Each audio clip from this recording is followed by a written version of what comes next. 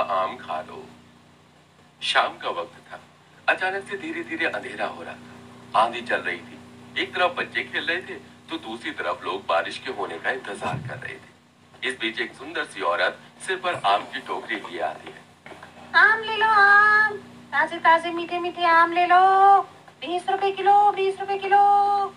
आओ आओ बच्चों, मीठे मीठे आम ले लो। अपने मम्मी पापा को बुलाओ और आम खरीद कर ले जाओ। आम का मौसम आ गया क्या निशु? अरे हाँ हाँ, आम का मौसम आ चुका है तो मेरा भी आम खाने का मन कर रहा है दोस्तों। और मुझे भी आम खाना है। मुझे तो आम का जूस बहुत पसंद है। मैं अपनी माँ को बता कर आता हूँ, वो आम खरीद लेंगी। सारे बच्चे अपने माता पिता के पास आम के पैसे लेने चले जाते हैं, लेकिन मोहन उदास होकर वापस आता। आप वाली आंटी, मेरी मम्मी पापा पर अभी पैसे नहीं है। आप कल आना, मैं कल आपसे आम खरीद लूंगा। आस पास कोई नहीं है, अधिकतर बच्चे अपने घर में चले गए हैं। यही सही मौका है। कल क्यों तुम आज ही आम खा लो फ्री में, मैं तुम्हें आम देती हूँ। रुको। सुनल जैसे ही मोहन को आम खाने को देती है तो वो भूतिया आम खाते ही एक आम में बदल जाता है। ऐसा होता हुआ मोहन की माँ आरोही देख लेती है। तुमने मेरे बच्चे के साथ क्या किया है? तुमने मेरे बच्चे को आम क्यों बना दिया? उसे ठीक करो, वरना मैं सबको चिल्ला चिल्ला कर बुला लूंगी। और मेरे बच्चे को ठीक करो। कोई है? देखो इस औरत ने क्या किया। ओहो, ऐसे तो सब आ जाएंगे। अब मेरा पहली बार में ही काम बिगड़ जाएगा। मुझे इस औरत को भी ठिकाने लगाना होगा। तू जानती नहीं है मैं कौन हूँ। बच्चों लाजमत, मैंने कहा मेरे बच्चे को वापस लौटाओ। लौटाओ मेरे बच्चे को। लगता है तू ऐसे नहीं मानेगी। अब तो देख। वो आम बेचने वाली औरत अपने चुड़ैल रूप में आ जाती है, जिसे देख आरोही बेहोश हो जाती है और चुड़ैल उसको अपने जादू से आम बना देती है और दोनों आम को अपनी टोकरी में उठाकर वहां से चली जाती है। और आम के पेड़ पर उन टोकरी के दोनों आमों को उसी भूतिया पेड़ पर लगा देती है, जो देखने में बेहद डरावना था। अभी तो सिर्फ इन दोनों का ऐसा हाल किया है। अब देखो गांव वालों, कितनों को मैं आम बनाऊंगी। छोड़ूंगी नहीं मैं किसी को। आखिर ये चुड़ैल कौन थी जो गांव में आम बेचने के मकसद से आई थी और मोहन उसकी माँ को आम बनाकर उस भूतिया पेड़ पर लगा दी? आखिर उसने ऐसा क्यों किया? क्यों वो और भी गांव वालों को आम बनाना चाहती है? आखिर इस पूरी बात की सच्चाई क्या है, ये जानने के लिए हमें कहानी में आगे बढ़ना होगा, जहाँ 4 दिन से ब्रजेश अपनी पत्नी और बेटे को ढूंढ ढूंढ कर परेशान हो गया था। आसपास के लोग भी उसकी मदद कर रहे थे। अरे भाई, हमने हर जगह देख लिया, हमें तेरा बेटा और पत्नी कहीं नहीं मिले। अरे कोई तो मेरी मदद करो। सुनील भाई, अवंतिका भाभी, किसी ने मेरी पत्नी और बच्चे को देखा है? अरे कोई तो बताओ, वो कहाँ गए? मुझे दिख नहीं रहे, अभी तक नहीं लौटे। मुझे लगता है उन्हें कुछ हो गया है। नहीं भाई साहब, मैंने भी नहीं देखा लास्ट पर। मैंने उसे अपने बेटे को पीछे जाते हुए देखा था, जब वो आम खाने की जिद कर रहा था। उसके बाद फिर नहीं देखा। हाँ अंकल, हमारी तरह उसको भी आम खाना था, तो मम्मी ने हमें तो पैसे नहीं दिए, लेकिन वो शायद आम लेने चला गया होगा और आंटी भी उसके पीछे गई होंगी। मुझे कुछ समझ में नहीं आ रहा, मैं क्या करूं? ऐसे कैसे गायब हो गए मेरे बीवी और बच्चे? कोई तो मेरी मदद करो, कोई उन्हें किसी तरह ढूंढ दो। अरे चिंता मत करो ब्रजेश, तुम्हारी पत्नी और बेटा जरूर मिल जाएंगे। ब्रजेश सुनील के कहने पर हताश होकर अपने घर लौट जाता है और अपने बच्चों का इंतजार करता है। वहीं शाम को फिर चुड़ैल इंसानी वेश में आम बेचने आती है। आम ले लो आम, यहाँ मीठे मीठे आम ले लो। आओ बच्चों आओ, तुम तो फ्री में ही आम ले लो। चिच्ची, आज पुनीत तू भी फ्री में आम खा ले। हाँ ठीक है माँ, मैं भी आया फ्री में आम लेकर।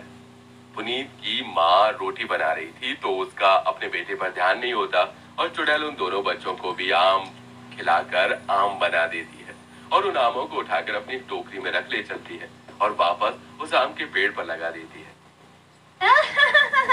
देखा, मैंने जो कहा था वो करके दिखाया ना।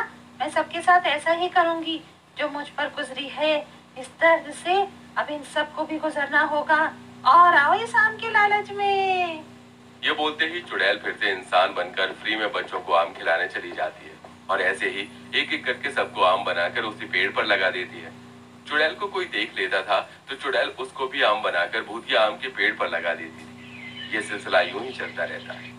धीरे धीरे गांव के बच्चे गायब होने लगते हैं। ऐसे कई माँ बाप अपने बच्चों के लिए रोने लगते हैं और जब ये बात मुखिया के कानों तक पहुंचती है तो मुखिया भी परेशानी में आती। ये समझ में नहीं आ रहा ये बच्चे अचानक गायब कैसे हो रहे हैं। बच्चों को गायब होता हुआ या कहीं जाता हुआ देखता हूँ। कहीं कोई चोर तो ये सब नहीं कर रहा। नहीं मुखिया जी, मुझे नहीं लगता कोई यहाँ चोर है। ऐसा होता तो हम में से कोई ना कोई देख लेता, पर हम में से किसी ने नहीं देखा। अरे अब तो मेरा बेटा भी पुनीत गायब हो गया है। मुझे लगता है ये जरूर किसी प्रेत आत्मा का काम है, क्योंकि बच्चे शाम को ही गायब हो रहे हैं और आम लेने के बाद से ही ऐसा हुआ है। बच्चे आम के लिए भागते हैं और गायब हो जाते हैं। अगर ऐसा है तो मुझे तांत्रिक बाबा से बात करनी होगी। आप सब फिक्र मत कीजिए। जल्दी ढूंढ लीजिए मुखिया जी। निशु मेरी इकलौती बेटी थी, वो भी न जाने कहाँ गायब हो गई। कौन ले गया उसको? मैं पता करता हूँ। सब अपने अपने घर लौट जाते हैं। शाम को मुखिया तांत्रिक से मिलने जा रहा होता है कि एक औरत को वो बच्चे को आम देता हुआ देखता है, जो कि चुड़ैल रूप में आकर उसे शाम को अपनी टोकरी में रख लेती है। बाप रे बाप, आम बेचने वाली औरत एक चुड़ैल है जो बच्चों को गायब कर रही है। मैं इसका मुकाबला नहीं कर सकता। पहले इसका पीछा करता हूँ, फिर तांत्रिक बाबा को बताता हूँ। मुखिया चुपके चुपके उस चुड़ैल का पीछा करता है और उसे भूतिया पेड़ पर आम लगा। तांत्रिक बाबा, उस चुड़ैल ने हमारे गांव में कई बच्चों को आम बनाकर उस भूतिया पेड़ पर लगा दिया है। तुम चिंता मत करो, हो सकता है अपनी शक्तियों से मैं उन आमों को वापस इंसान बना दूं और उस चुड़ैल को तो खत्म करके ही रहूंगा। मुझे उसे अपने वश में करना होगा। ये बोलते ही तांत्रिक मुखिया के साथ हाथ में मशाल लिए चुड़ैल को भूतिया पेड़ के पास पहुंचता है। वो उसकी थोड़ी दूरी पर यज्ञ करने लगता है और अपने मंत्रों से चुड़ैल को कब्जे में कर देता है। मैं यहाँ कैसे खींची चली आई? यहाँ ये तूने क्या किया है तांत्रिक? छोड़ूंगी नहीं मैं तुझे। एक बार मुझे इन मंत्रों से आजाद कर। चुड़ैल, अब तू मेरे बंधक में ही रहेगी। जल्दी बता, तूने इतने सारे बच्चों को आम क्यों बना दिया? जल्दी बता दे, वरना मैं तुझे यहीं भस्म कर दूंगा। नहीं, मुझे अपना बदला चाहिए इन सब लोगों से। मुझे कुछ मत कर, मैं तुझे सब कुछ बताती हूँ। इस गांव के एक जमींदार ने अपने खेत में आम का पेड़ उगाया था। वो वही आम का पेड़ था। मेरा बेटा नवीन जिन आमों के साथ खेलता था, उनके माँ बाप उन्हें आम और आम का जूस दे दिया करते थे। लेकिन मैं बहुत गरीब थी, मेरे पास में तो 2 वक्त की रोटी नहीं थी। गर्मी में महंगे आम कहाँ से खरीदती? मेरा बेटा रोज आम मांगता था। माँ मुझे आम चाहिए, मुझे आम खिला दो ना माँ, मुझे आम का जूस पीना है। मैंने कभी आम का जूस नहीं पिया। अब कैसे भी बना दो, बस घर में एक बार बनाकर पिला दो। बेटा, आम बहुत महंगा है, मैं तुझे जूस बनाकर नहीं पिला सकती। उसके लिए दूध भी चाहिए। आप मुझसे प्यार नहीं करती, मुझे आम नहीं दे सकती ना। मैं चला जाऊंगा कहीं आपसे दूर। आप पागल है नवीन बेटा, ये कैसी बातें कर रहा है? कभी ऐसी बात मत करना। मैं तेरे लिए आम लेकर आती हूँ और फिर जूस बनाऊंगी। सोनल अपने बेटे की बातों से बहुत ज्यादा भावुक हो जाती है। फिर एक दिन नवीन उस जमींदार के खेत से आम तोड़ लेता है। जमींदार उसे उसी पेड़ पर बांध देता है। अरे तूने मेरे आम को छुआ, अपने गंदे हाथों से उनको चुराने की कोशिश की। अब देख मैं तेरे साथ क्या करता। नहीं नहीं अंकल, छोड़ दो मुझे, छोड़ दो, मेरा बस आम खाने का मन था।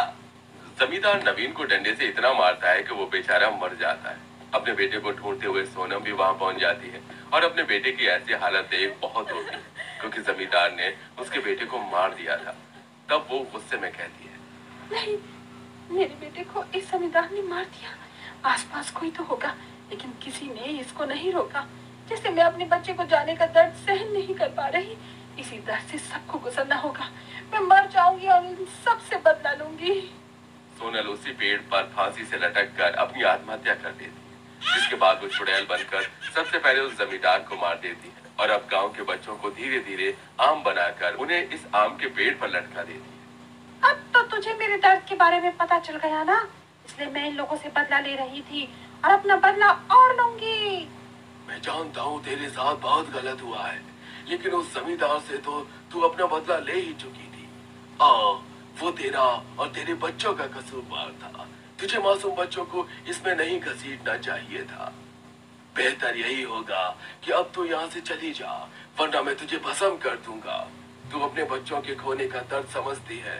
तूने कितनी औलादों को उनकी माँ से छीन लिया। तेरे में जरा सी भी ममता है तो उन सभी बच्चों को, लोगों को वापस पहले जैसा कर दे।